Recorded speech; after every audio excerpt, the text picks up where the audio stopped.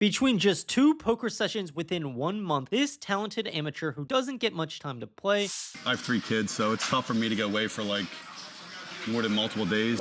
lost over $1.2 million, $648,400 at the lodge, and $557,000 at the Hustler Casino Live $1 million game.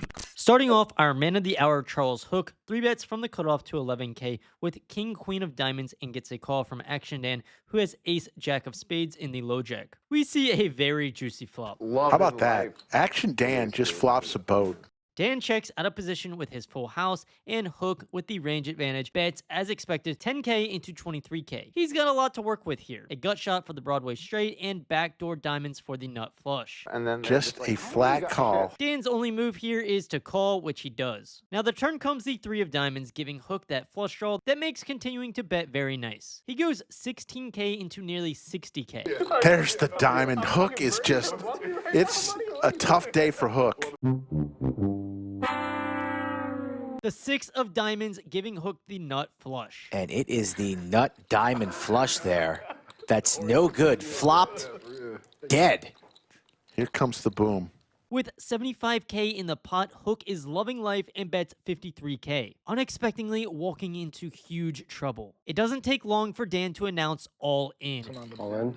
All in. And Hook. Can't believe it. He can't believe it. Kindly requesting Hook's remaining $155,000. Hook truly can't believe it as he goes deep into the tank. Can he actually fold here? Well, what bluffs does Dan have? Hook has 2 cards that really block a lot of possible continues from Dan on the flop, like King 10 or Queen 10 of hearts. Dan would have to have some random airball bluff, which doesn't seem like his style. It's Ace Jack, Jack Jack, Ace 3, or Ace 6. Ace 3 and Ace 6, very unlikely. So when it is just 2 possible hands, I don't see how he can possibly get away. Take your time, sir. $155,000, real money. Real feelings, real pain. It's really a spot where you know you were beat, but you just can't fold. As we will see, this becomes a common theme for Hook as he gets stacked here and loses about $647,000 in this hand. Good bet. Good check on the river. $493,400 pot. In 5 hands. Ouch. That is disgusting.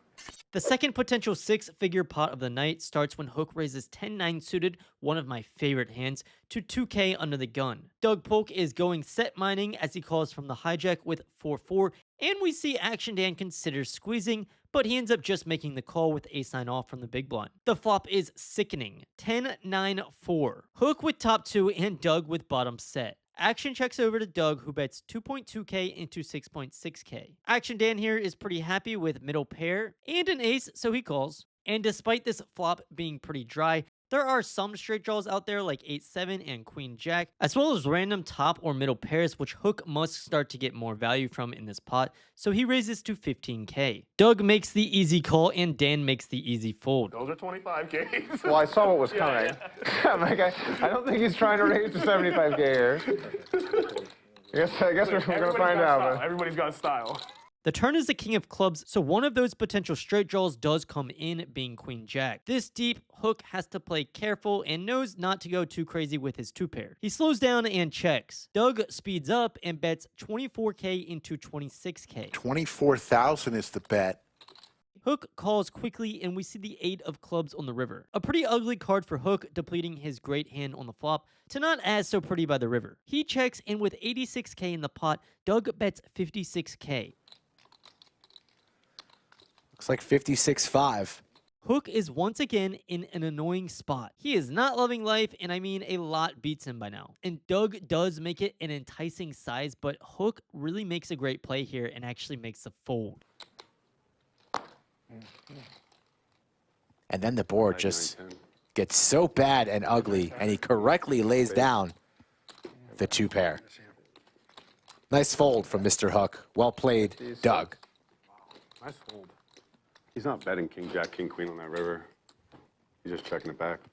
A play most recreational players could just never make, which is just how you know this isn't Hook's first rodeo, and he has some real poker skills. Hook loses about 42k here, somehow avoiding a true disaster like before. In the last big hand of the night, Hook starts by raising under the gun to 2k with king 10 off. This is generally too loose, but in a game like this, fine, we'll allow it. He gets called by the cutoff who has ace 9 off, and Terras on the button decides to 3-bet his jack 9 suited to 7k. This is a fold for Hook, so he makes the call, and so does the cutoff named Viper. I need a miracle.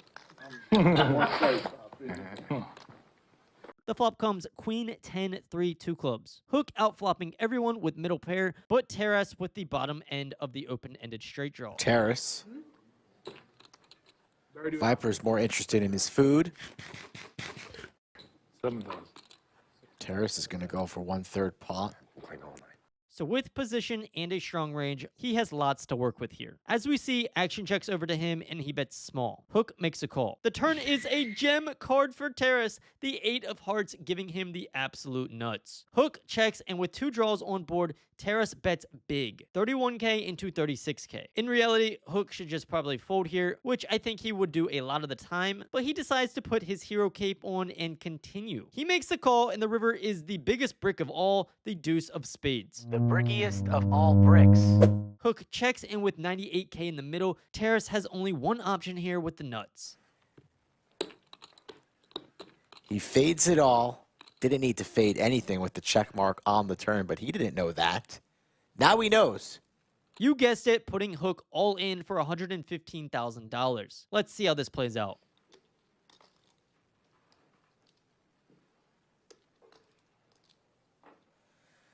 This would stack Hook if he makes this call. Hook doesn't have any clubs in his hand, does have a heart. Beating busted clubs.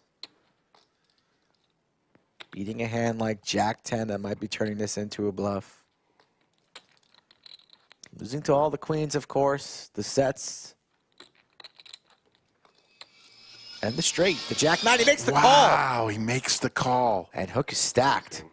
In terms of blockers, I think Hook has a pretty bad hand to call. He wants his opponent to have something like ace-king and king-jack for the missed straights. So with the king himself, it's not very good. Maybe he felt committed as long as no club came, and as we saw, his instincts were just off on this one. The last big hand of the session cost Hook $169,000, and he ends up down $648,000 in total after a massive cooler, a great fold, and a hero call gone wrong. Now, some of you may not yet see Hook as a talented amateur, but I think he does have some pretty great intuition for poker that you don't normally see in these types of lineups. Stay tuned for part 2, where Hook's nightmare run continues in the highest of stakes possible at the $1 million game.